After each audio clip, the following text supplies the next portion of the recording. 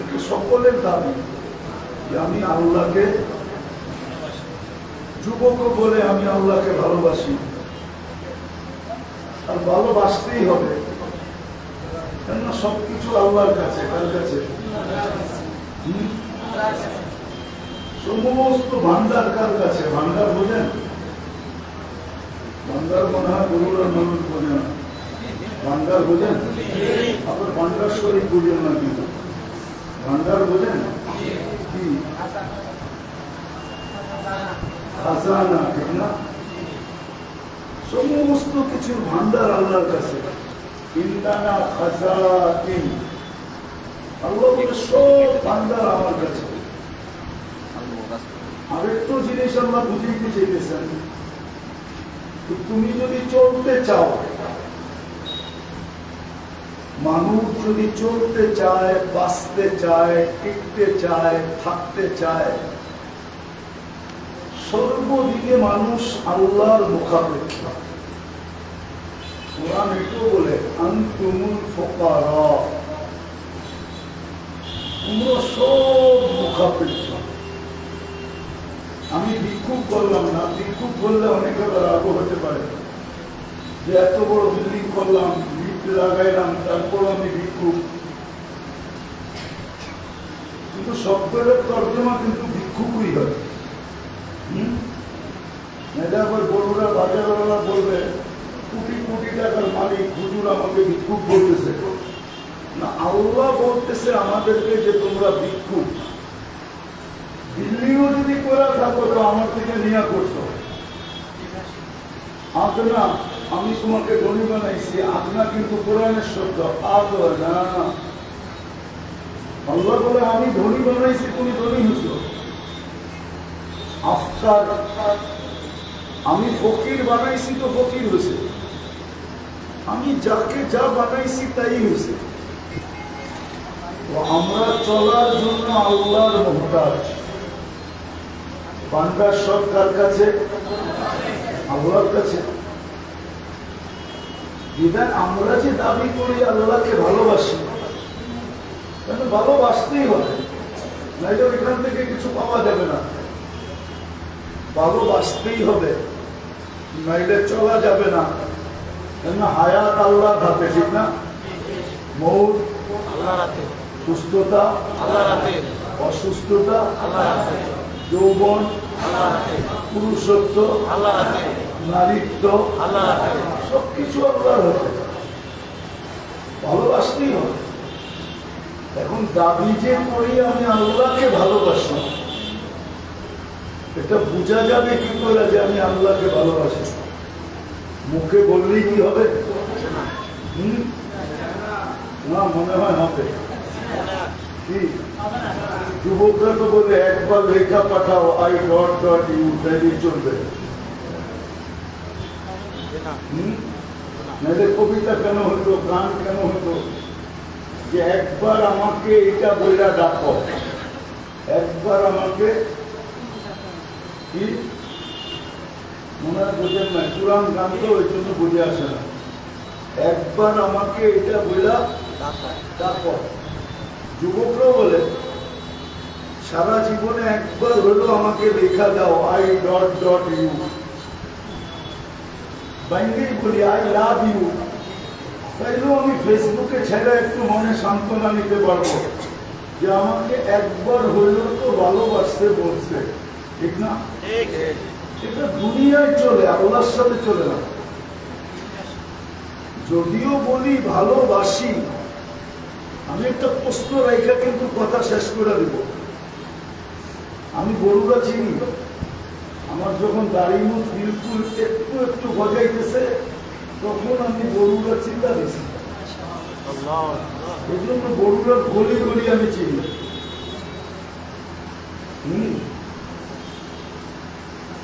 গরুরা যে আমি চিনি না এরকম না, গরুরা আমি চিনি। আমি লালমাই পাহাড়ের পার হইতে গরুরা পুরোটা চিনি। এখান যে চাঁদপুর অনেক কাছে, ঠিক না? কাছে না? আমি চিনি।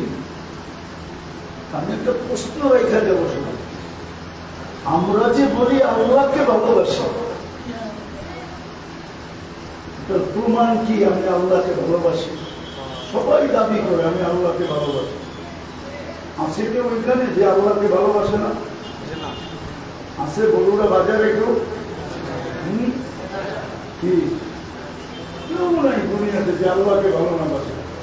কিন্তু প্রমাণ কি যে আমি আল্লাহকে ভালোবাসি? আরেকটা শব্দ যোগ করি, সবাই বলি আমি নবীকে ভালোবাসি।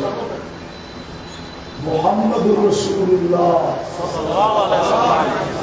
বলেন, মুহাম্মদুর আবার বলেন মুহাম্মদুর রাসূলুল্লাহ বললে 120 নেকি পাবেন।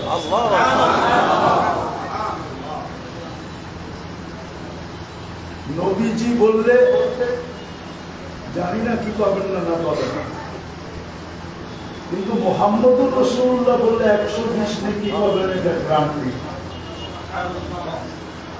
রাসূলুল্লাহ বললে, এই জন্য ইমাম শাফি রহমতুল্লাহ আলাইহি বিলকুল নিষেধ করছেন যে শুধু রসুল বলা চলবে না। আমাদের নবীজিকে বললে কমসে কম এতটুকু বলতে হবে, রাসূল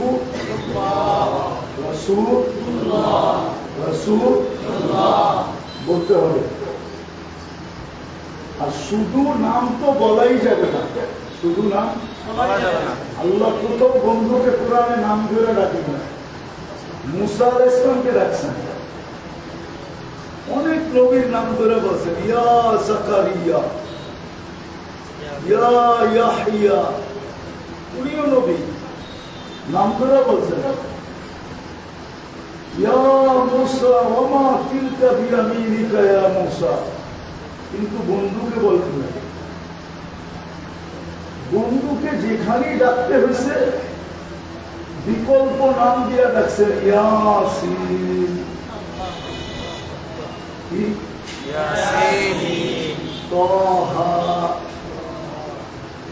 মুজাম্মিল, মুদ্দাসসির, আইয়ুহার রাসূল, আইয়ুহান নবী, নাম বলেন না। এই জন্য নাম নিয়ে ডাকা তো একবারে নিষেধ, একবারে নিষেধ, একবারে নিষেধ, একবারে নিষেধ। ইয়া মুহাম্মদ তো একবারে নিষেধ। আমিও তওবা করতেছি, একবার ডাকা ফেলছি বুঝানোর জন্য, ডাইরেক্ট তো ডাকা যাবে না। তো দ্বিতীয় যেটা বলতেছিলাম আমি, প্রথম আমরা সবাই দাবি করি আল্লাহকে ভালোবাসি, ঠিক না? দ্বিতীয় দাবি করি কি? মুহাম্মাদুর রাসূলুল্লাহ, নবীকে না, নবীকে না, মুহাম্মাদুর রাসূলুল্লাহ সাল্লাল্লাহু আলাইহি ওয়াসাল্লামকে কি করি? ভালোবাসি। কিন্তু প্রমাণ কি? প্রথম চলি আল্লাহটা, যে আল্লাহকে যে ভালোবাসি, প্রমাণ কি? কি প্রমাণ বলেন? প্রমাণ বলেন যে আল্লাহকে যে ভালোবাসেন, এটা প্রমাণ কি?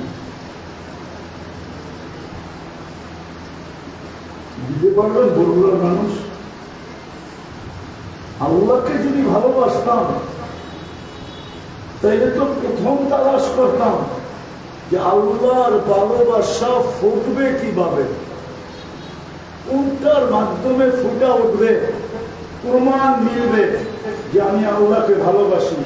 তো আল্লাহ বইলা দিতেছেন, ইন কুনতুম তুহিব্বুনাল্লাহ, তোমরা যদি দাবিতে পাক্কা হও, সাচ্চা হও, তোমরা যদি বলো যেটা সবসময় দাবি করো আল্লাহকে ভালোবাসো, ইন কুনতুম তুহিব্বুনাল্লাহ, তোমরা যদি আল্লাহকে ভালোবাসার দাবিতে সত্য হও, তাহলে প্রমাণ কি? ইন কুনতুম তুহিব্বুনাল্লাহ ফাত্তাবিউনি, তাহলে আমার বন্ধুর গোলামি কইরা দেখাও। মনে হয় বুঝাইতে পারি না, আমার বন্ধুর যদি গোলামি করে দেখাইতো তাহলে যুবক কেন চুল নেটে রেখা কাটত? মহিলা কেন বরুড়ার বাজারে বেপর্দা চলছে? আমাদের পোশাক আশাক কেন বিজাতির মতো হতো? আমাদের চাল চলন কেন বিজাতির মতো হতো? আমাদের উঠা বসা কেন বিজাতির মতো হতো? 14 তারিখ যারা আবিষ্কার করছে তাদের চেয়ে শতগুণ বেশি ধুমধামে কেন মুসলমান যুবক যুবতীরা পালন করত? আমি তো জুলাই 18 তারিখ দেশ থেকে গেছি, আগস্টের 18 তারিখে আসছি। মনে হয় 3-4-5 দিন ছিলাম দেশে, আবার কোরিয়া গেছি, এই সোমবারে আসছি। আমি তো সারা বছর দুনিয়া ঘুরতে থাকি,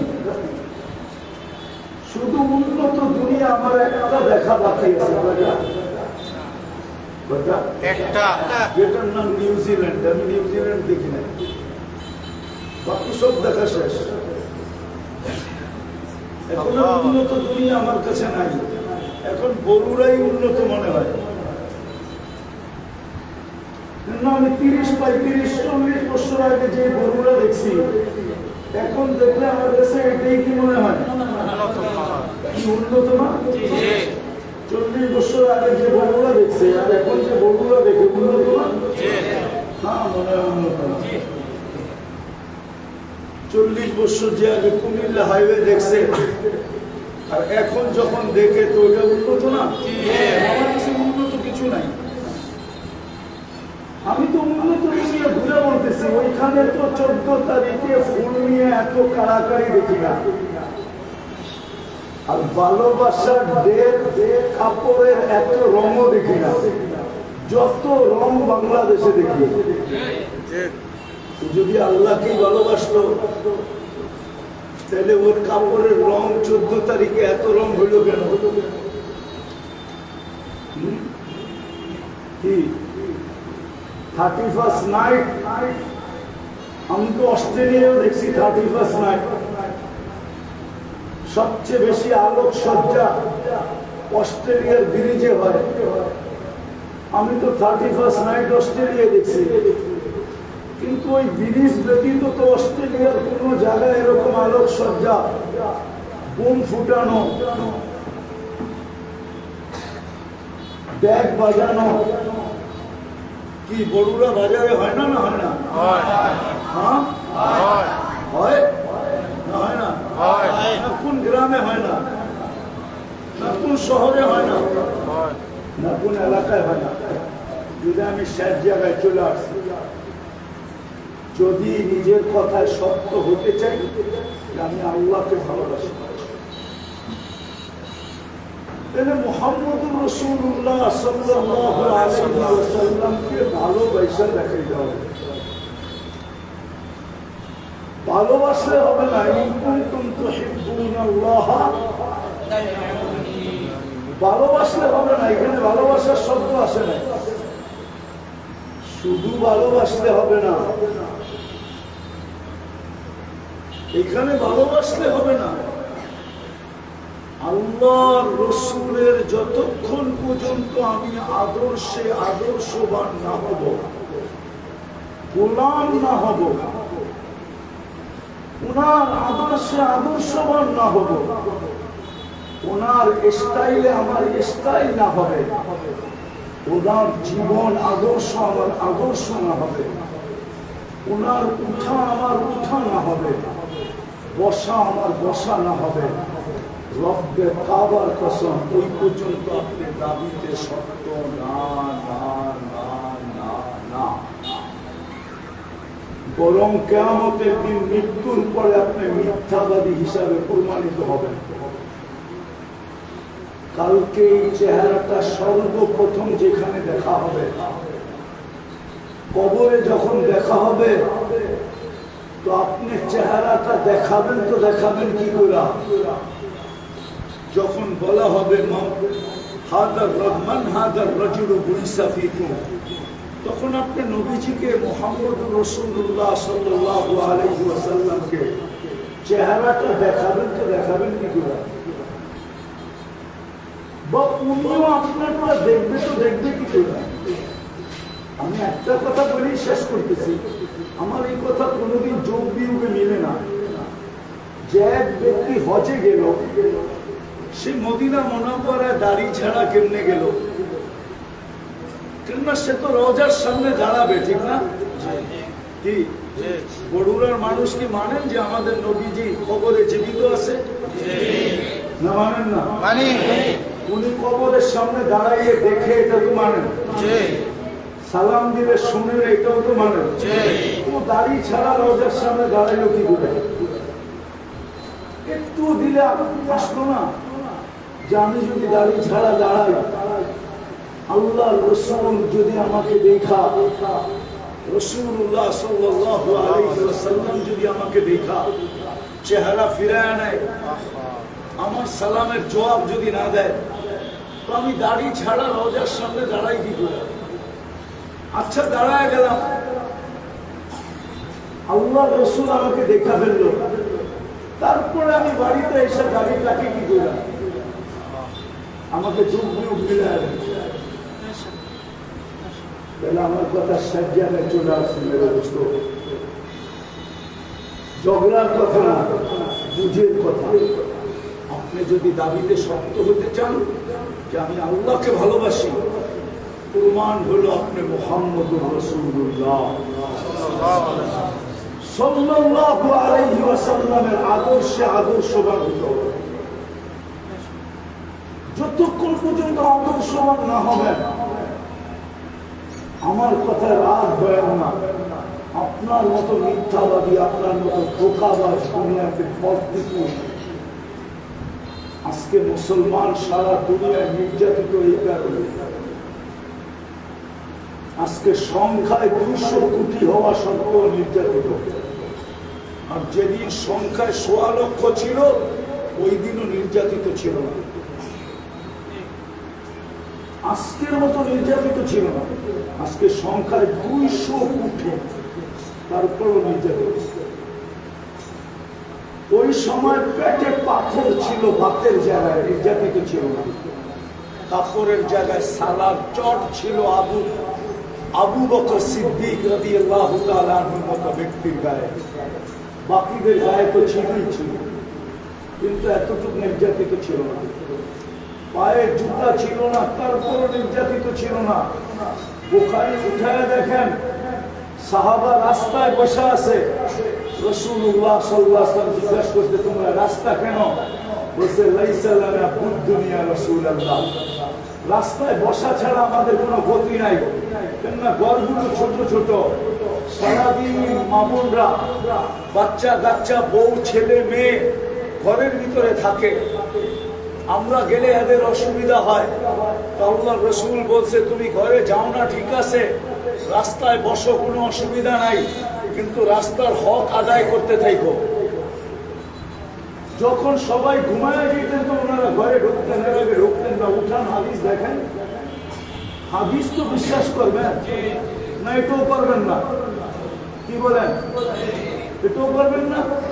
না, মনে হয় সবাই মনে হয় করবো না হাদিস বিশ্বাস। করবেন? একজন হাদিসে আছে যাদের মাথা উঁচার ঠাই ছিল না, কিন্তু ওই সময় তো মুসলমান নির্যাতিত ছিল না। আজকে কেন নির্যাতিত? আজকে কেন নিষ্পেষিত? সংখ্যায় 200 কোটি। দুনিয়ার 70% 70% সম্পদ মুসলমানদের পকেটে। বিশ্বাস হয় না? না, বিশ্বাস হয় না। মনে হয় আমেরিকাই সবচেয়ে বড় ধনী, ঠিক না? হ্যাঁ, এক দেশ ইচ্ছা করলে আমেরিকাকে কিনতে পারে। এক দেশ, শুধু কুয়েত ইচ্ছা করলে আমেরিকাকে কিনতে পারে।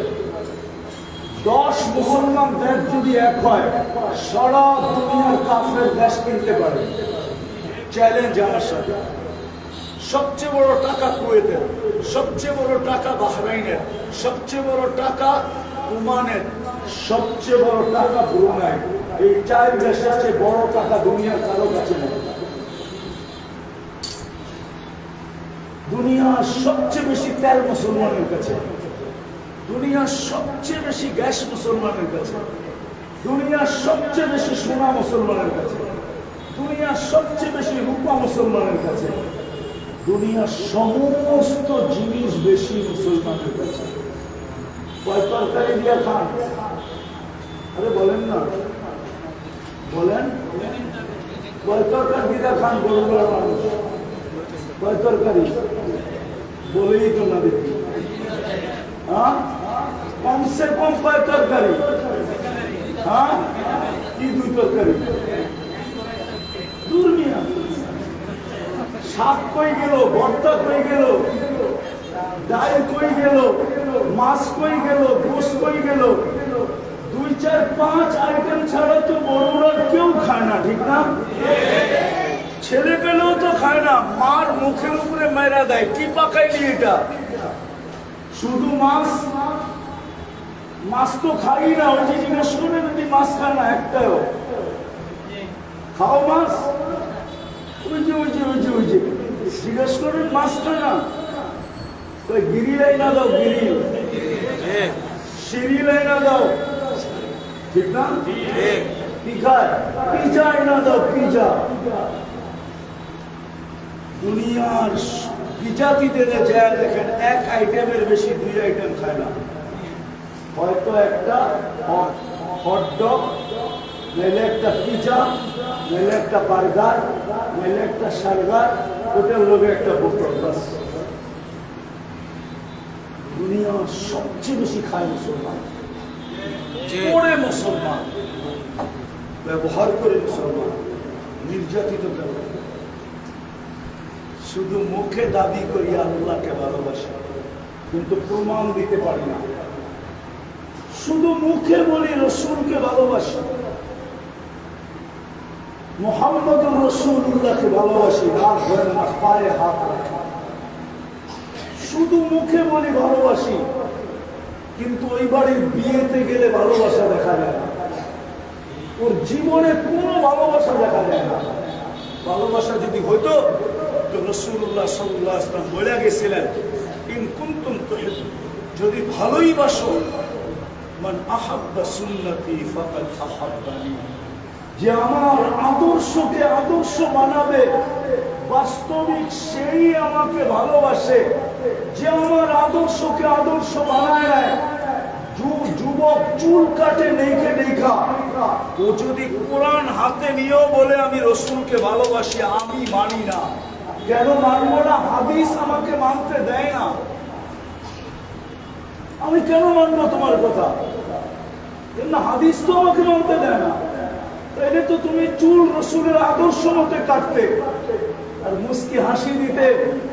যদি জিজ্ঞাসা করতো সেলুনওয়ালা হাসোস কেন, আজ পর্যন্ত কাউকে চুল কেটে হাসতে দেখলাম না। তুই জানিস না আমি প্রত্যেক চুলের বদলায় সওয়াব পাইছি। কালকে যখন মুহাম্মদুর রাসূলুল্লাহ সাল্লাল্লাহু আলাইহি, পানি তো আগের থেকেই অঙ্গীকার ছিল। আপনি তো বলেই আসছিলেন মাউইদুকুমুল হাউজ, তোমরা আমার সাথে হাউজে সাক্ষাৎ করো, আমি তোমাদেরকে পানি পান করাবো। এই অঙ্গীকার তো আগেই ছিল। হাত পাচ্ছি সারা জীবন আপনার আদর্শে, চুল কাটছি, আমাকে দিবেন কি দেন? কিন্তু এক যুবক তো কাটে না। জিজ্ঞাসা করেন এদেরকে, সারা রাত্রে নেটে ডিজাইন দেখে তারপরে স্ক্রিনশট দেয়, তারপরে সেগুলো যায় বলে এই স্টাইলে কেটে দিবা। 50 টাকার চুল বগুড়া বাজারে 500 টাকা দিয়ে কাটে।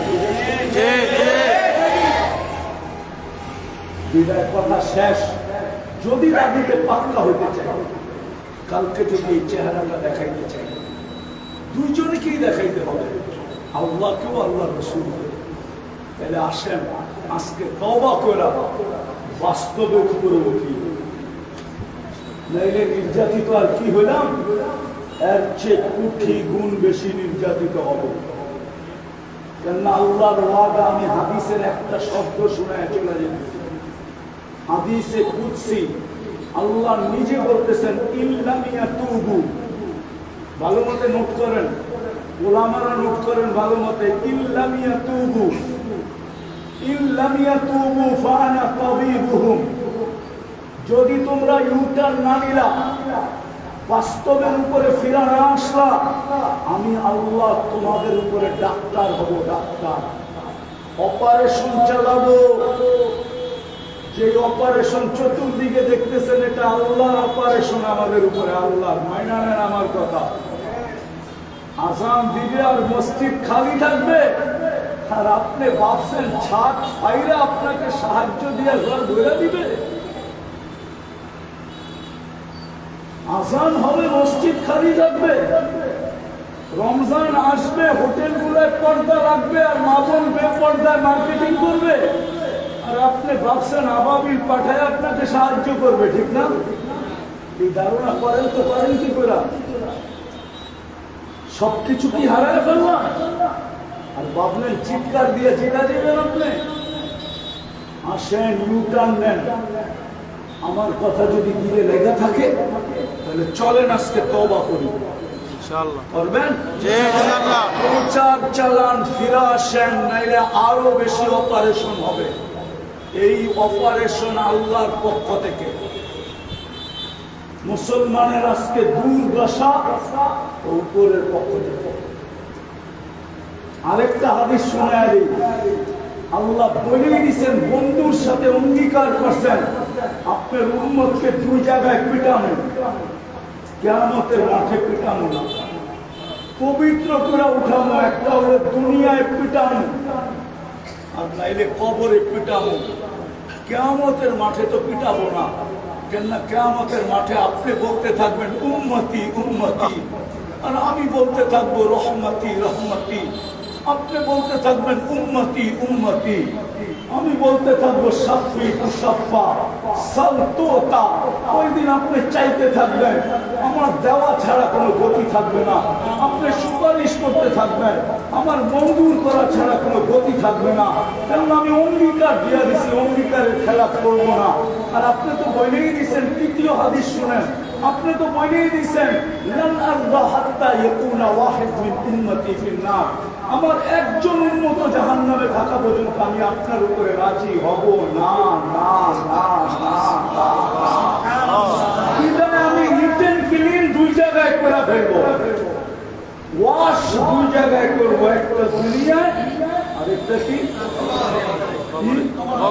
কবরে ওয়াশ করবো, কবরে আর দুনিয়ায়।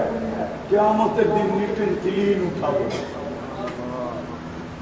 যাতে কাঠগুড়াই দাঁড় না হইতে হয়, আপনাকে চাইতেই না হয়, আপনাকে সুপারিশই না করতে হয়।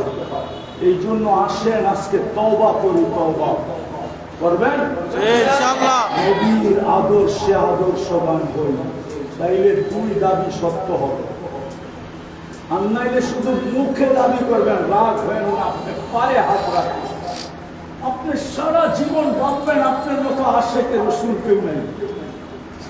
সারা জীবন ভাবলেন আমি বড় মহব্বত রাখি, আমার কাছে সময় নাই, নাহলে আমি বরুড়ার মানুষকে দেখাইতাম। আপনি আবু তালেবের চেয়ে 1 কোটি গুণ, 1 কোটি গুণ, 1 কোটি ভাগের 1 ভাগও মহব্বত করেন। আপনি আবু তালেব চিনেনি না, তাকে বলে ইতিহাস পড়ালে আপনি ভাবছেন 2-4টা শব্দ বইলা ফেললেই আপনি মহিম আশেক হয়ে গেলেন।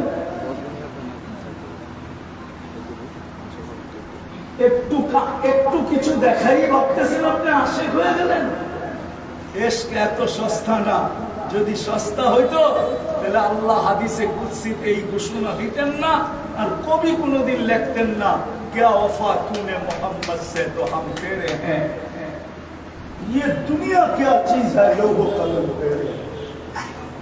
মনে বোঝেন না? এই জন্য চলেন আজকে আদর্শের উপরে উঠি। আল্লাহ আমাদের সবাইকে আমল করার তৌফিক দান করেন। আমিন। আলাইনা ইন্নাল বালা।